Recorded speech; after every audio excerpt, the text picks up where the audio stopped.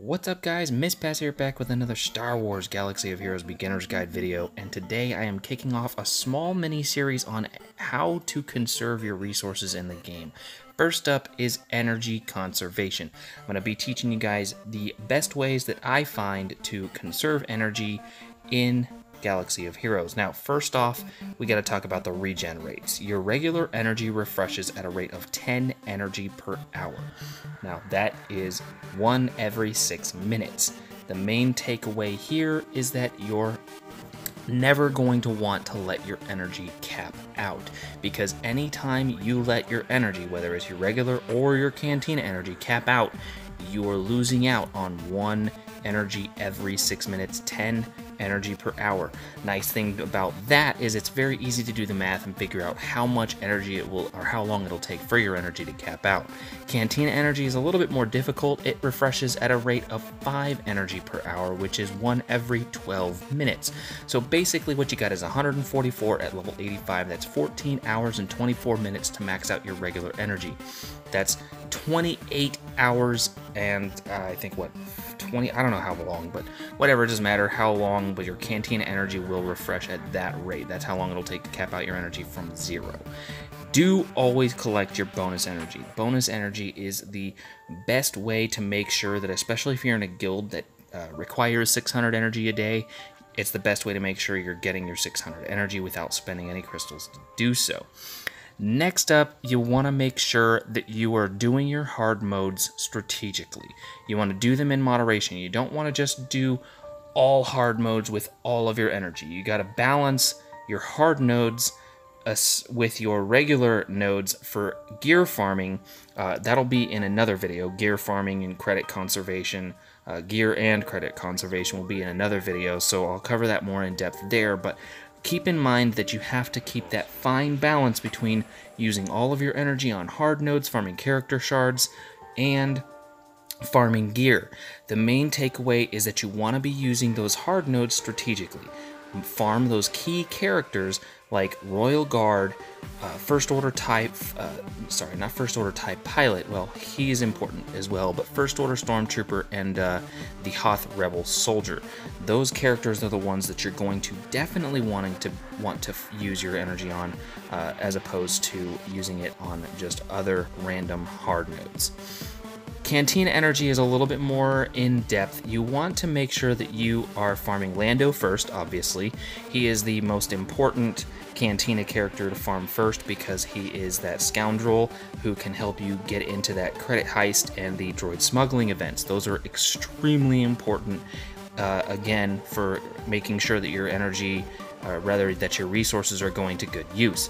But you don't have to get him to 7 stars right off the bat. You can farm him up to unlock, which I believe is 4 stars, so that's 80 shards. Farm him to unlock, and then switch gears over to Hera, because Hera is the leader of Phoenix. And as such, she is the linchpin and the most important piece of the Phoenix puzzle because of her leader ability that allows all Phoenix to share their uniques. You can check out my videos on Phoenix in the description below or in the cards up in the top right there.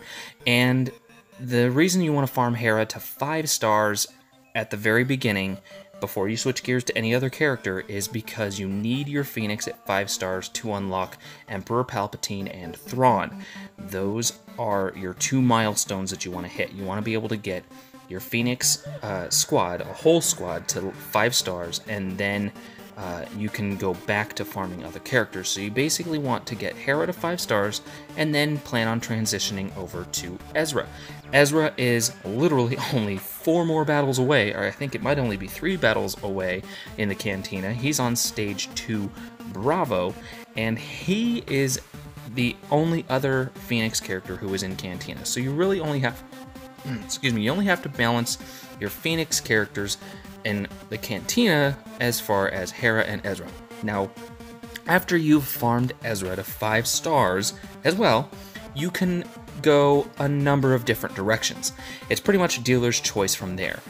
After you've got Ezra to 5 stars, you can go back to Hera and farm Hera to 6 stars, and then go back to Ezra and go Ezra to 6 stars, and you can go Hera to 7 and Ezra to 7, however you want to do it. Or you can just go back to Lando, farm him up to 7. Maybe your guild is wanting to do heroic Rancor and you're not quite to a point where you have a full Rancor squad, but you want to get one character to 7 stars, whatever you want to do. So it's your choice, or you can just go to TIE Fighter Pilot and get TIE Fighter Pilot to 5 stars so that you can get your R2 up to 5, unlocked at 5 stars. So to recap real quick, you never want to let your energy cap out because that is lost energy. Every minute that you spend capped out, you're losing out on energy.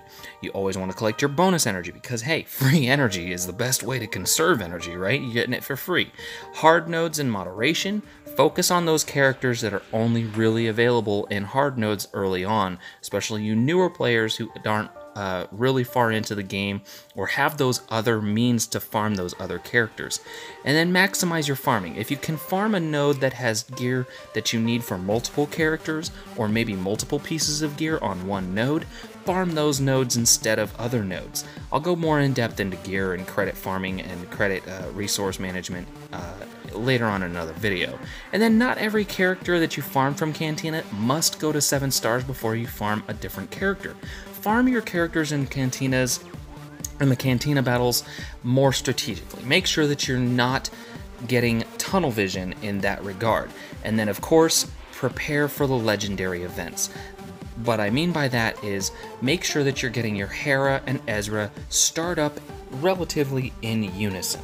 You want to balance out the farming, so you don't want to just farm Hera to 7 stars without touching Ezra. You want to get Hera to set 5, Ezra to 5, then maybe TIE Fighter Pilot to 5, so that you're prepared for 3 different legendary events. And then when it comes to mods, farming mods is one of those things where you just kind of have to force yourself to do it. Early on, for you younger players, newer players, however you want to call it, whatever you want to call yourself, mod farming, as soon as you unlock mods, I would highly recommend going through and doing that first stage of mod battles so that you at least have health mods that you can throw on your arena squad. Mods are extremely important in giving yourself that little bit of edge over your competition in especially Squad Arena, but it can obviously help you out in every other area of the game as well, so you don't want to completely ignore mods. It's going to put you behind the power curve. So the biggest piece of advice that I can give you is farm the mods strategically, farm them smart, and make sure that you are prepared for those legendary events. Definitely want to get Phoenix, you want to get the TIE Fighter Pilot, you want to get Old Ben, and you want to get Farm Boy Luke from Cantina battles.